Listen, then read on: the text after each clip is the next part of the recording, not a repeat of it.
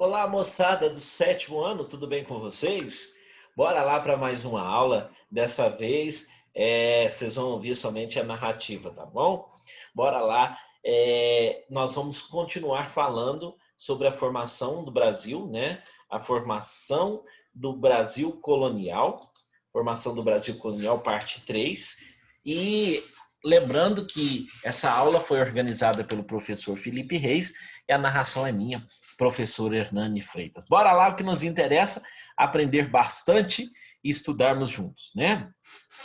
Pessoal, vamos falar um pouquinho das práticas religiosas no Brasil colonial, tá bom? A prática religiosa no Brasil colonial apresentava várias facetas, né? Várias dificuldades e várias coisas para cada povo. Os colonos portugueses trouxeram para cá o cristianismo, que nós conhecemos, catolicismo, a prática evangélica. Os escravos que eram provenientes da África trouxeram também as suas religiões de matrizes africanas, né, que nós conhecemos também. E também alguns escravos professavam o islamismo, que hoje é a segunda maior religião do planeta. A primeira é o cristianismo, né? E os indígenas tinham aí a sua crença religiosa xamanista. Então, vai acontecer uma grande miscigenação aqui no nosso país, né? Tem também as crenças de matrizes africanas, que é o candomblé, o catimbó, e outras religiões que vêm da África para cá, que vem trazida com o seu povo, né? Em 1500, com a chegada desse povo, até 1822, quando termina o período colonial, manteve esse fluxo de imigrantes, né? Chegava gente de Portugal, chegava gente da Europa, da África e de todos os lugares. Então, o Brasil é um país bem miscigenado, um país bem misturado. Nós não temos uma raça pura, né? Por isso, o Brasil não tem lugar para racismo, para essas coisas todas. Hoje nós vivemos um país laico, sem, por exemplo, sem religião oficial, né? Nesse período, começa-se a ser a religião oficial do Brasil o cristianismo. Por quê? Porque era lá em Portugal. Então, Portugal vai obrigar, né, para que essa religião seja imposta aqui no Brasil também, né? Então, com exceção a escassez de mulheres brancas nessa sociedade, aqui no Brasil, dificultava a formação de família por parte dos colonos, que começaram a se juntar com as nativas, que seriam as índias, e as africanas. Aí vai acontecendo essa miscigenação que eu falo para vocês, né? Vai virando um balaio de gato danado, né? Índios com portugueses, índios com africanos, africanos com portugueses, e aí vai virando esse balaio de gato. Então, nos primeiros tempos, nos primeiros enquadramentos sociais, nos primeiros elementos, os jesuítas que para cá vieram, os missionários que para cá chegaram, tiveram um pouco de dificuldade em converter esse povo, né? O interesse deles era muito grande em converter esses índios para o cristianismo, né? Para o cristianismo, porque eles queriam trazer, colocar a Igreja Católica para cá. Lembra, na aula passada nós falamos do padroado, né?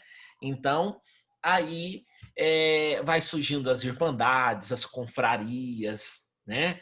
Por exemplo, se vocês forem lá em Ouro Preto, deixa eu contar uma história para vocês de Ouro Preto. Lá em Ouro Preto tem a igreja, as igrejas lá, e cada igreja era uma irmandade, né? Era uma irmandade. Ah, como assim uma irmandade, professor?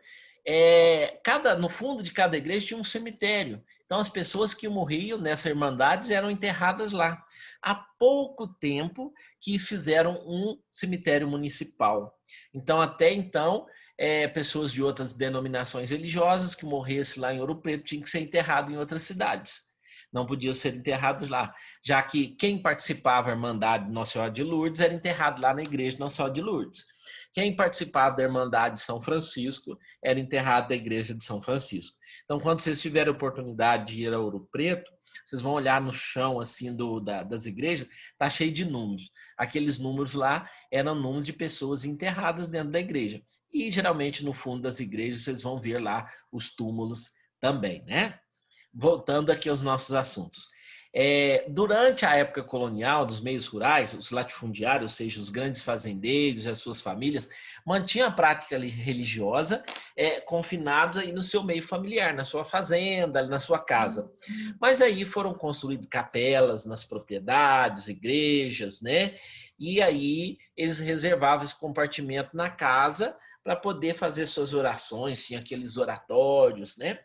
Então vão começar a construir as igrejas, as capelas, para que mais pessoas pudessem participar, para que mais pessoas pudessem servir, né?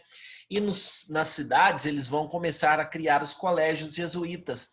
Por exemplo, em São Paulo você tem o Colégio São Francisco, o Colégio Jesuíta lá, uma faculdade jesuíta de Direito, que é uma das faculdades mais importantes da América Latina, pertencente aos jesuítas, né? Você tem, por exemplo, a PUC, Pontifícia Universidade Católica, que também pertence à Igreja Católica.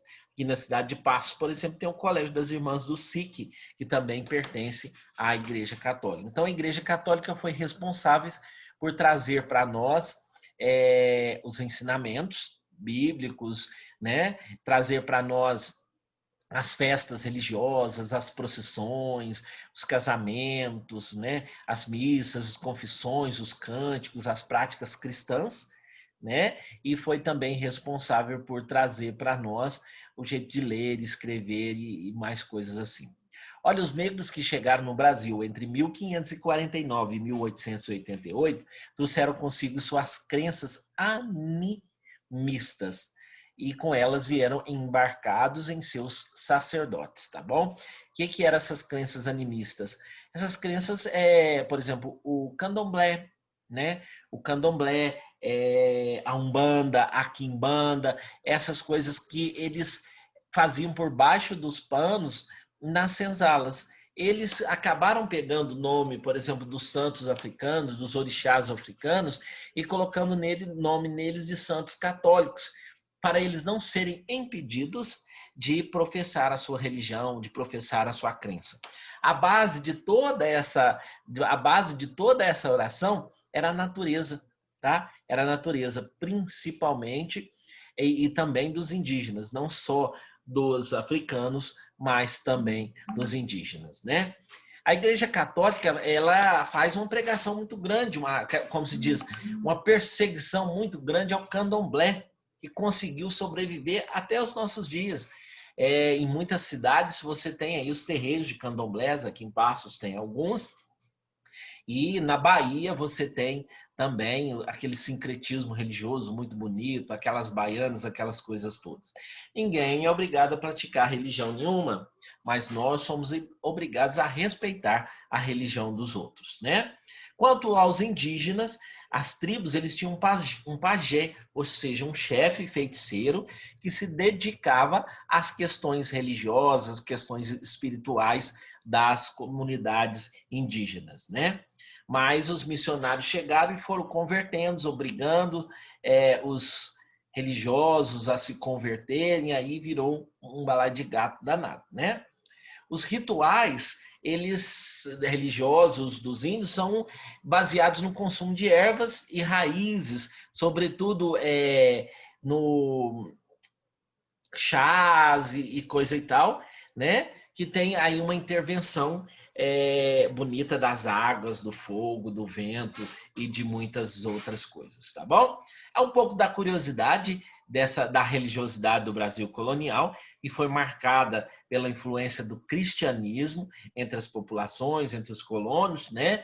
Mas também tem a influência indígena, tem a influência africana e tem muitas coisas. Então, o Brasil é um país eclético, o Brasil é um país miscigenado, o Brasil é um país cheio de cultura, o Brasil é um país bonito, e nós precisamos respeitar tudo isso, respeitar os nossos ancestrais cristãos e não cristãos, tá bom?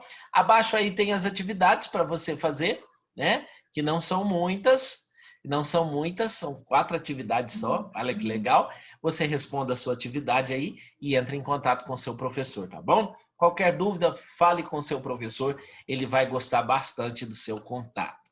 Um grande abraço, até a nossa próxima aula.